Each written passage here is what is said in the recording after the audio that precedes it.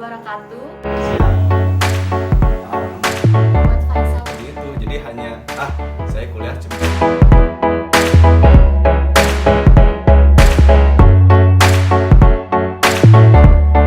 Kali ini kita akan buka sesi Q&A untuk anggota HMJEP dan saat ini kita kedatangan seorang aktivis yang bernama Muhammad Faisal. Selamat siang Muhammad Faisal. Selamat siang. Alhamdulillah. Buka dulu maskernya. Oh iya, siap. Kita ngobrol santai aja ya, nggak usah. Iya, alhamdulillah santai. Aduh. Yang pertama nih, Faisal lagi sibuk apa? Waduh, kalau ditanya sibuk, kira-kira saya nggak sibuk apa-apa sih ya.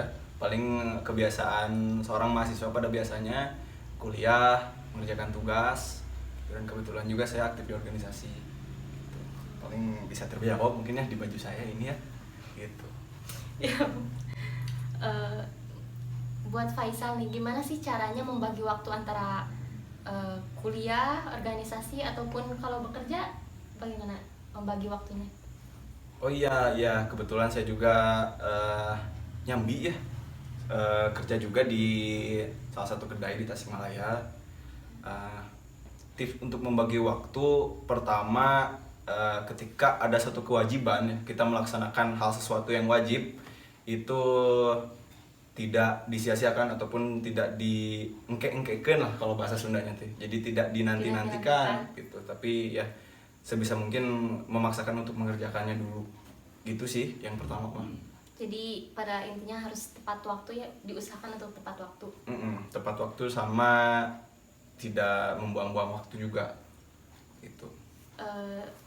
Kita tahu nih semuanya kan Faisal tuh menjabat sebagai ketua umum nih.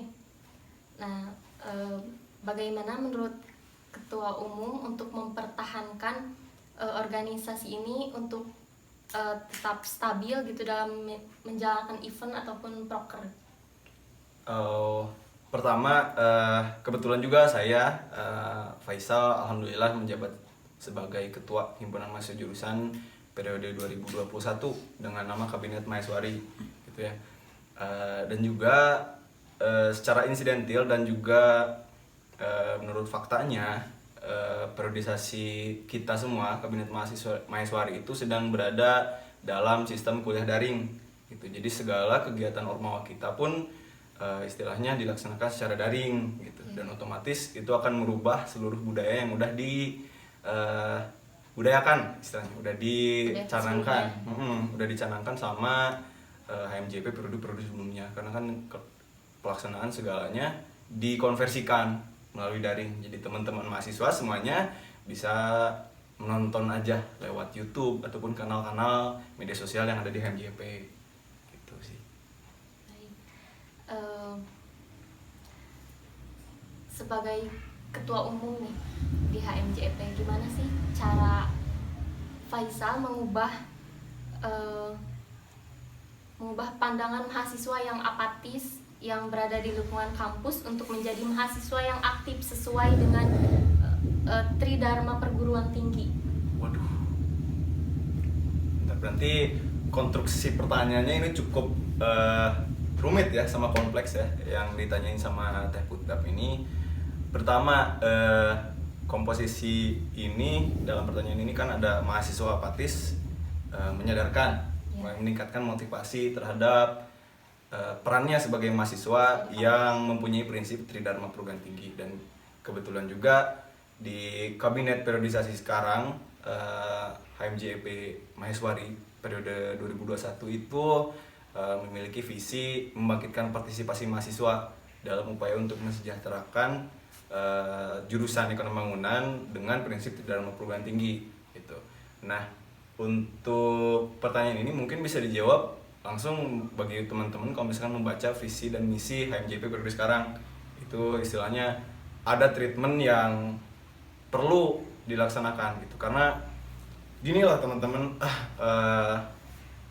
mahasiswa apatis itu ada yang sifatnya sementara ataupun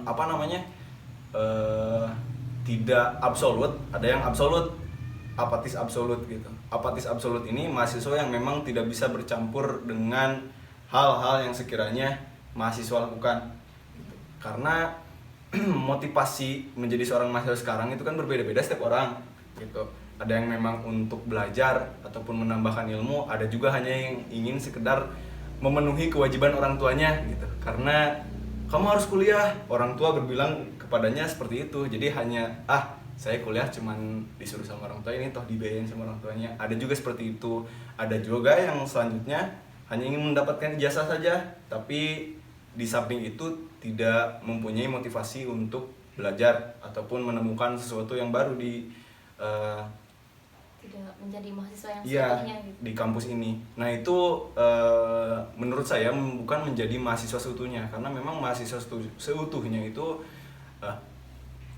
sosok manusia yang memang menerka-nerka apa yang ada di sekitarnya, melihat, mendengarkan, gitu, merasakan, dan ketika ada sesuatu yang cukup untuk dibicarakan, mereka berbicara, gitu. Seorang mahasiswa berbicara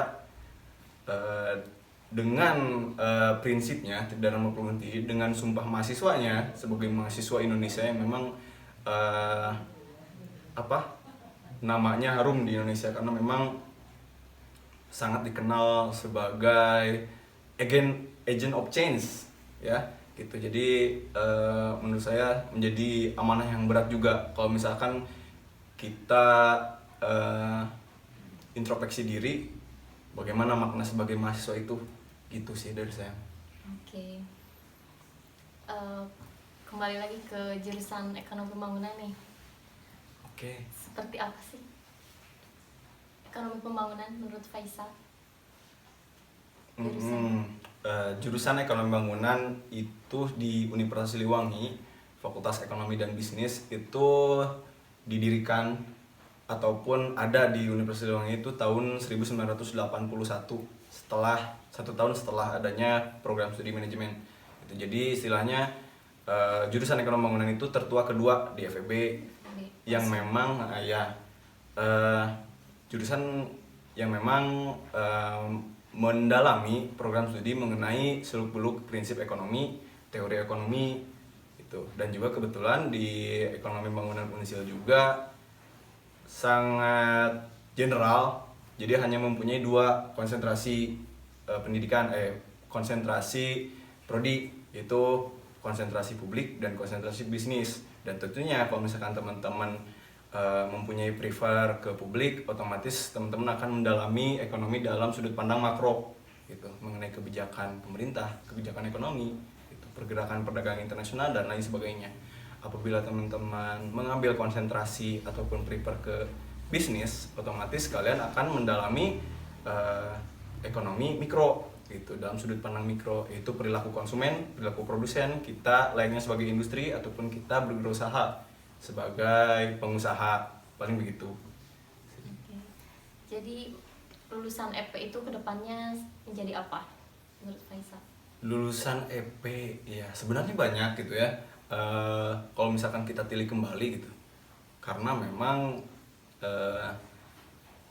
prospek kerja ya, kalau misalkan kita kaitkan dengan lulusan itu berarti prospek kerja jurusan kita ekonomi bangunan itu bakal seperti apa. Secara keseluruhan kan ilmu ekonomi studi perjuangan, kalau misalkan nama lain dari EP gitu kan ya, ilmu ekonomi studi perjuangan pembangunan, maaf,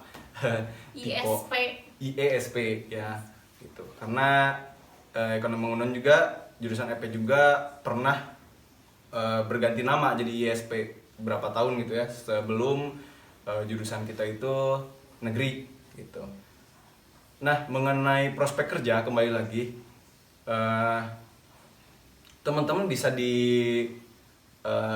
mempunyai kesempatan mendalami seluruh seluk-beluk ekonomi, di mana beberapa sektor gitu, di mana kalian akan mendalami ekonomi sumber daya manusianya, ekonomi sumber daya alam, ekonomi moneter, ekonomi pembangunan, ekonomi koperasi dan UMKM, dan juga banyak ekonomi internasional, banyak sekali gitu. Jadi teman-teman diharapkan mengambil dalam satu pekerjaan yang memang khusus dalam variabel tertentu dan khusus dalam kajian ekonominya gitu. Karena memang saya masih percaya nih kalau misalkan berkaitan tentang siapa sih induknya ilmu gitu, siapa sih ilmunya ilmu gitu kan, banyak yang sangat berdebat gitu ya. Saya dengan teman-teman mahasiswa lainnya, siapa sih induk ilmu teh gitu? Apakah geografi, apakah ekonomi gitu kan, banyak gitu. Apakah ilmu pengetahuan lain gitu. Tapi saya ilmu sosial juga, ilmu sosial kan induk ekonomi juga bisa gitu. Tapi saya berpikiran mengenai definisi ekonomi tersebut kan memang perilaku kehidupan seseorang dalam memenuhi kebutuhannya gitu. Dan otomatis setiap manusia di muka bumi ini pasti mempunyai kebutuhan gitu kan. Jadi nah kita berfokus ataupun berprospek kerja terhadap hal-hal yang berhubungan dengan itu gitu. Kalau misalkan disebut contoh gitu ya, menjadi contoh, teman-teman bisa di instansi kepemerintahan sebagai aparatur sipil juga apabila kalian konsentrasinya di publik juga gitu. Apalagi teman-teman EP itu sangat cocok kalau misalkan ada di Badan Persiapan Pembangunan Daerah gitu, Bapeda, juga di bagian keuangan juga bisa. Tapi lebih cocoknya kalian akan maksudnya kalau misalkan memiliki konsentrasi publik itu di aparatur sipil negara dalam Kementerian Dalam Negeri gitu. Kalau misalkan kalian kepegawaian di kantor kecamatan, kantor kelurahan, dan pasti itu istilahnya teman-teman lulusan jurusan ekonomi bangunan itu dalam studi ekonominya, studi ilmunya sangat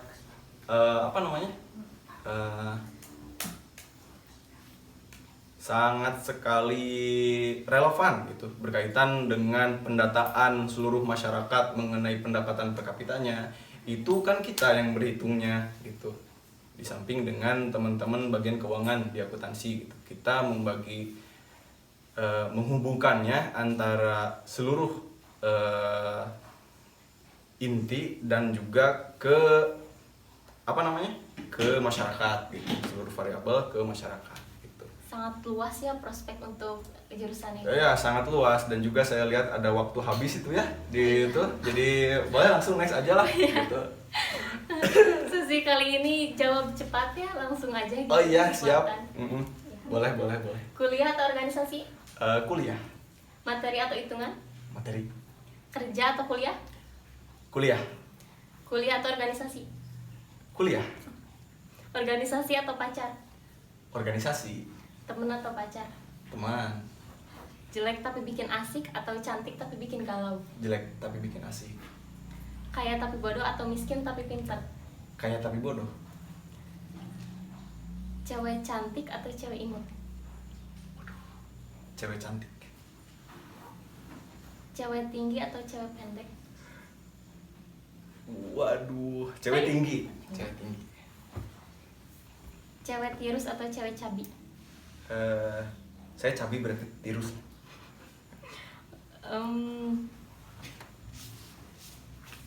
Oh iya, sudah cukup. Oh iya, udah habis. Sudah Nggak habis kerasa ternyata. ya. Berarti alhamdulillah saya terlalu cepat menjawabnya teman-teman gitu. Terima kasih. Garingnya, maaf. Terima kasih sudah menjawab semua pertanyaan dari saya. Iya, terima kasih juga untuk Teh Putap, teman-teman Datek yang memang menyiapkan forum ini ya, untuk berbagi yang sekiranya bisa teman-teman ketahui dan pelajari gitu juga.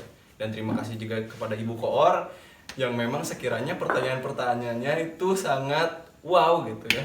Saya juga sampai kaget ini, kayak yang di interogasi. Di interview ulang lagi. Saya kayak ketemu senior-senior saya di sini. Wow. Baiklah, mari kita tutup dengan bacaan hamdalah bersama-sama. Alhamdulillah. Wabillahi taufiq wal hidayah. Wassalamualaikum warahmatullahi wabarakatuh. Waalaikumsalam warahmatullahi wabarakatuh.